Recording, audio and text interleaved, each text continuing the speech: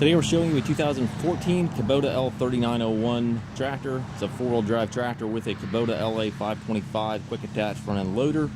Tractor has low hours, it's just under 400 hours on it. It's a nice and clean tractor, runs and works the way it's supposed to with no known issues. It does have the skid steer style hookup for your bucket quick attach. Bucket's in nice shape yet. Does have the grill guard on it as well. Paint's in nice shape on the tractor.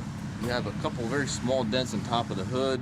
Really hard to see in the sunshine here, but there's a couple very small dents on top of the hood. Pretty minor. Does have the ag tires.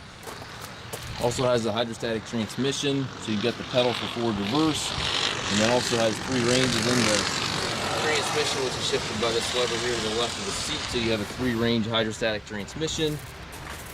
Does have foldable rollover bar, so if you have lower places where you need to get in, you can certainly drop that roll bar down.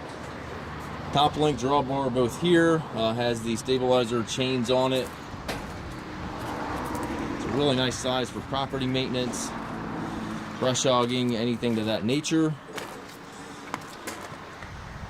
It's a nice clean little tractor.